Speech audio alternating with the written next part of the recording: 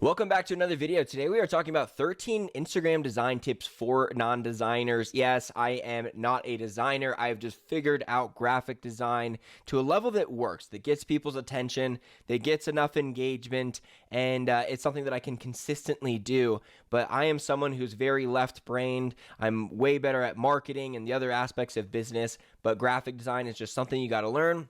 And even when you hire it out, it's very difficult to hire it out if you don't have at least basic design skills because you can never really communicate what you're looking for. So on today's video, I'm going to be giving you 13 tips that can be applied to Canva, Photoshop, your website, literally anything, but it's going to be for people who are not naturally good at design, so there are going to be more rules that I follow. Before I get into it, just so you know who I am, my name's Derek Videll. I'm the founder of socialbamboo.com and the host of the Social Bamboo podcast, which you can catch on the road twice a week, Mondays and Thursdays. That's been going for over 3.5 years now. So if you ever want to get some value on the road, that's where to get it. But subscribe to the channel if you enjoyed today's video, and then like the video right now if you wouldn't mind. Really helps out. So let's get into it. And then you're going to see right there, why are you not subbed is what this post says. Anyways, moving on. So the first rule here, and let me say one more thing, just one more thing. These are not really rules that like designers in general follow, all right? These are rules that I follow so that me as a non-designer doesn't spend 3 hours changing the color of all, just like, oh, what yellow should I do? Like the exact yellow with the exact green to complement it. And like, oh, there's 500 fonts, better try them all. Like I just play around forever if I don't have rules to play or like to narrow my focus. So none of these are rules of design. They are just the rules that I've had to put on myself to be able to effectively put out infographics at a good speed. So color.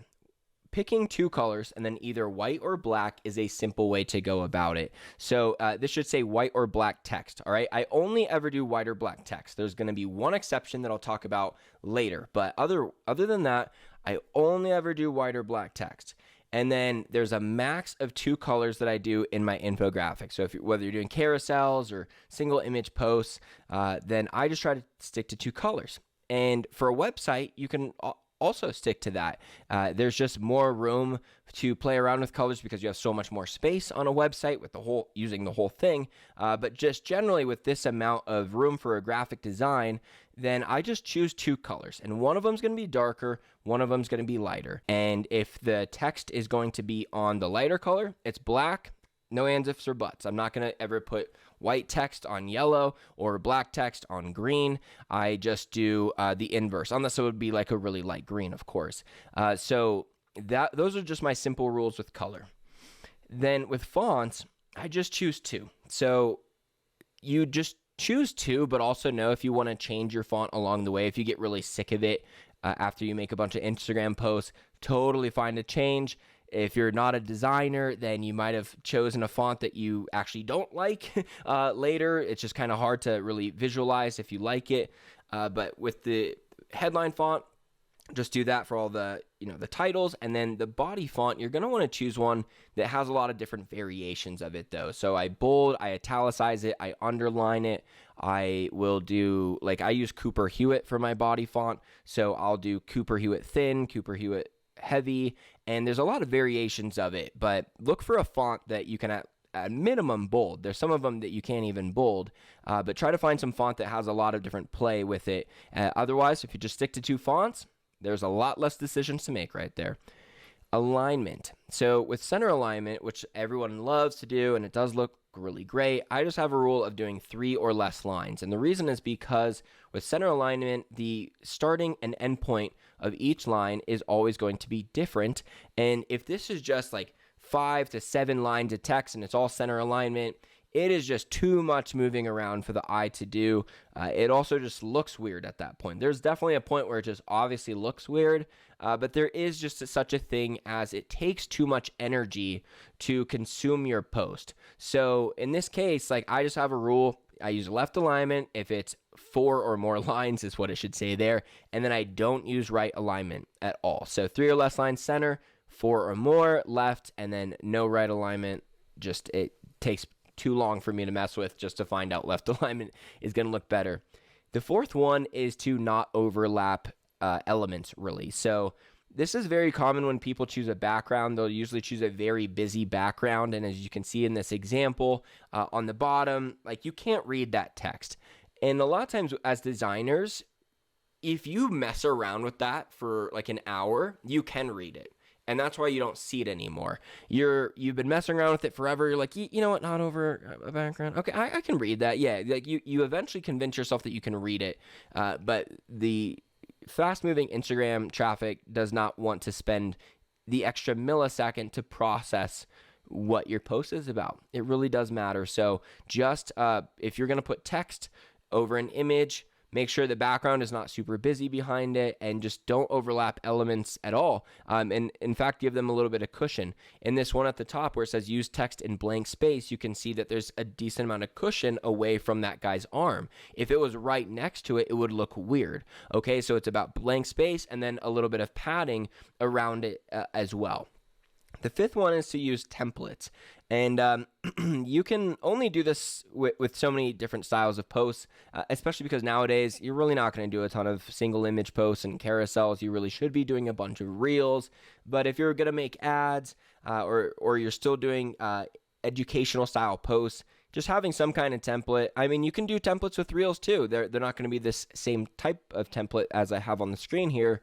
But just following some kind of guidelines is always going to make the process quicker for you. I'm not going to spend any more time on that because you probably get what I'm saying, but just go into it with as much of a game plan that you use over and over as possible just to increase content speed. That's what a lot of this is really designed to do rather than just help you with graphic design. It's to increase the speed of content creation. The sixth one is to use all caps for your headlines. Again, not a rule of design. It just creates a clear text hierarchy where it's very obvious where the mind should go first. You would never begin reading in standard format for your body text. You would always just start at use all caps for headlines. Okay, what's next? The text hierarchy here makes it so excuse me, it basically doesn't take any energy for someone to know exactly where they should start.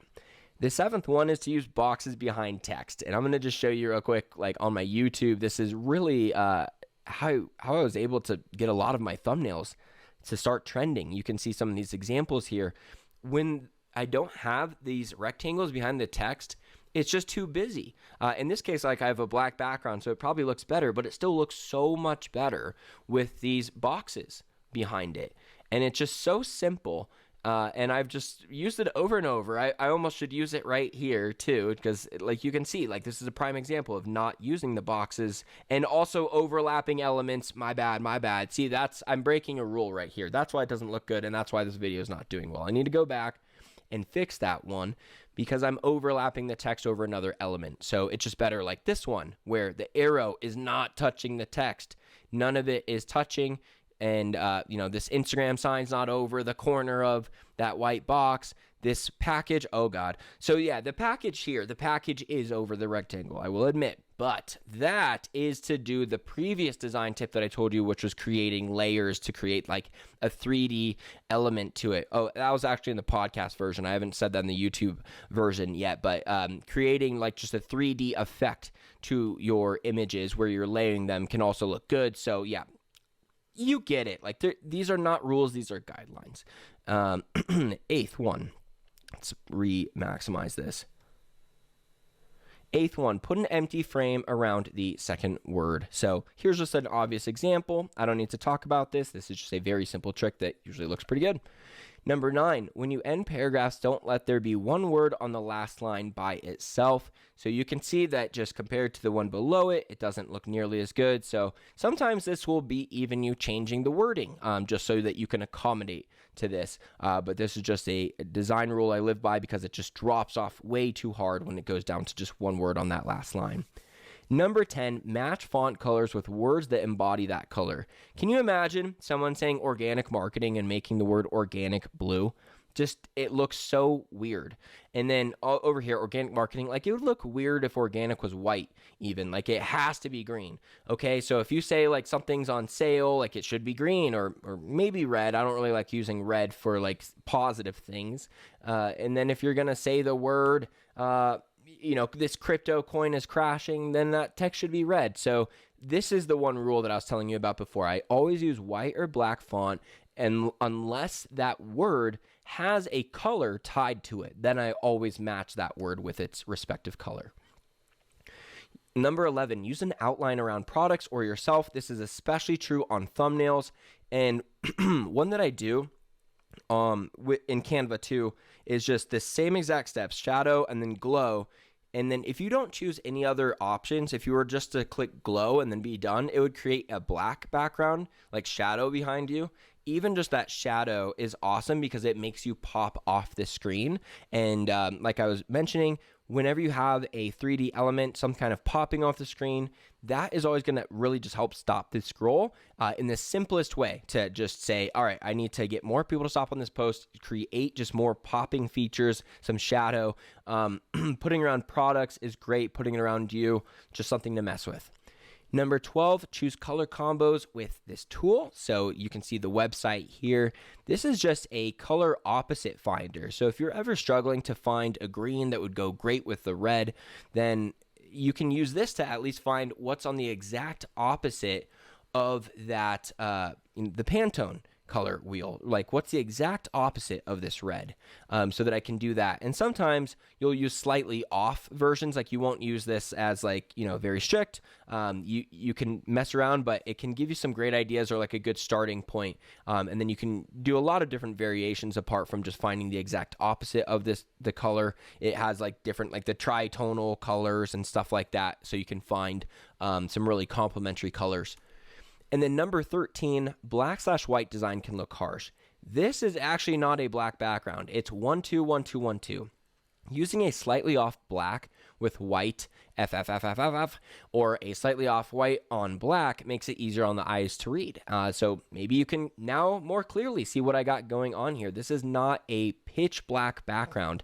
This is a slightly off black background, and then it is just white text. And then I either use black text, and then when I do use like a whiter background, I actually just go slightly off white. I like this color combo better with the slightly off black with the white text, but this can just be easier to look at for a long time for someone. So hey, just a simple way to subliminally increase your average watch time on your content or just time spent on the post. So I hope you have enjoyed these 13 design tips. If you have, why not subscribe? I'm coming out with a lot of unique videos like this on a minimum of a weekly basis. And again, you can catch this show twice a week on the road on Mondays and Thursdays at the Social Bamboo Podcast. I'm on Instagram at socialbamboo_. Thank you so much for watching, and happy designing.